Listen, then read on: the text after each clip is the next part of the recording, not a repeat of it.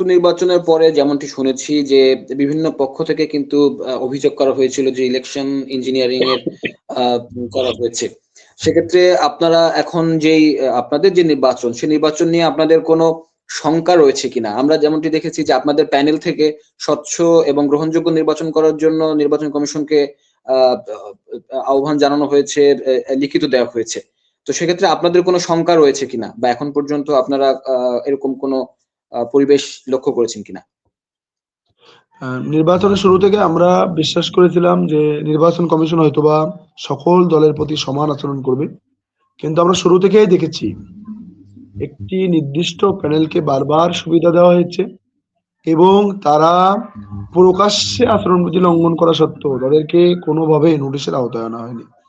কিন্তু আমাদের সামান্য কোনো কর্মকাণ্ড যেটা শিক্ষার্থীদের স্বার্থে, শিক্ষার্থীদের পক্ষে এবং আচরণবিধি লঙ্ঘনের মতো না, সেগুলোকেও তারা নোটিশ করেছে এবং আমাদেরকে কারণ দর্শানোর নোটিশ দিয়েছে। আমরা মনে করছি যে নির্বাচন কমিশন একটি সুষ্ঠু, অবাধ এবং নিরপেক্ষ অংশগ্রহণমূলক নির্বাচনের জন্য যথেষ্ট পরিবেশ সৃষ্টি করার চেষ্টা করবে, যেহেতু আগামী দিন এখনো একদিন রয়েছে এবং নির্বাচনের দিন ফলাফল ঘোষণা আগ পর্যন্ত তারা অ্যালার্ট থাকবে এবং প্যানেলগুলোর সাথে তারা আজকেও আমাদের সাথে আলোচনা করেছে। আমরা বিশ্বাস রাখি আলোচনার মাধ্যমে একটা পরিবেশ সৃষ্টি হয়েছে ইতিমধ্যে। আমরা এখনো পর্যন্ত আশাবাদী যে এই নির্বাচন কমিশনের হাত ধরে একটি সুষ্ঠু, অবাধ এবং অংশগ্রহণমূলক নির্বাচন অনুষ্ঠিত হবে শেষ পর্যন্ত ইনশাআল্লাহ। আমরা আশাবাদী। জনাব মাসুদ, আমাদের দর্শকদের মধ্য থেকে আরো একটি প্রশ্ন এসেছে, আমরা সেটিও নিতে চাই। একজন আমাদের দর্শক প্রশ্ন করেছেন, জবিতে শিবির ও ছাত্র দলের রিজার্ভ ভোট কত হতে পারে, এটি আপনি কি বলবেন? দেখেন, রিজার্ভ ভোট বলে আসলে কিছু নেই।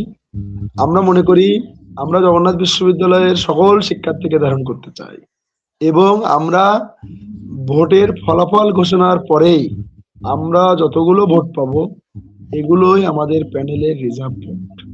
আমাদের স্পেশাল কোন রিজার্ভ ভোট এরকম কিছু নেই। আমরা জগন্নাথ বিশ্ববিদ্যালয়ের 16,000 শিক্ষার্থী আমাদের রিজার্ভ ভোট। আমাদের যতজন ভোট দিবে নির্বাচনী ফলাফলের পরে সেই ভোট সংখ্যা আমাদের রিজার্ভ ভোট। ছাত্র দলের রিজার্ভ ভোট কত এটা আমি জানি না। আপনি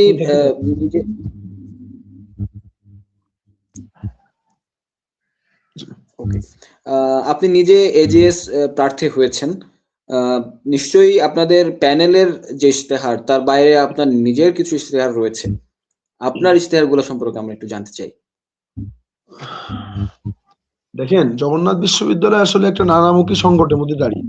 আমরা প্যানেল ঘোষণার পরপরই, আমরা তফসিল ঘোষণার পরপরই আমরা শিক্ষার্থীদের কাছে গিয়েছি, তাদের সাথে কথা বলেছি, তাদের কথা শোনার চেষ্টা করেছি, আমরাও তাদেরকে কিছু জানিয়েছি এবং তাদের দাবির আলোকেই বিশ্ববিদ্যালয়ের 21তম বছরে আমাদের 21 দফা ইশতেহার ঘোষণা করা হয়েছে। এই 21 দফা ঘোষণায় হচ্ছে জগন্নাথ বিশ্ববিদ্যালয়ের শিক্ষার্থীদের সংকট সমাধানের ঘোষণা। আমি ব্যক্তিগতভাবে আমার ইশতেহার হচ্ছে অদম্য জবিয়ান ঐক্য প্যানেলের 21 দফা ইশতেহারই আমার ইশতেহার। আমার স্পেশালি আলাদা কোনো ইশতেহার নেই। 21 দফা বাস্তবায়নই হবে আমাদের একমাত্র লক্ষ্য এবং উদ্দেশ্য। নির্বাচনে বিজয় হওয়ার পর আমাদের সর্বোচ্চটা, আমাদের প্রাণ উজাড় করে আমরা কাজ করার চেষ্টা করবো ইনশাআল্লাহ।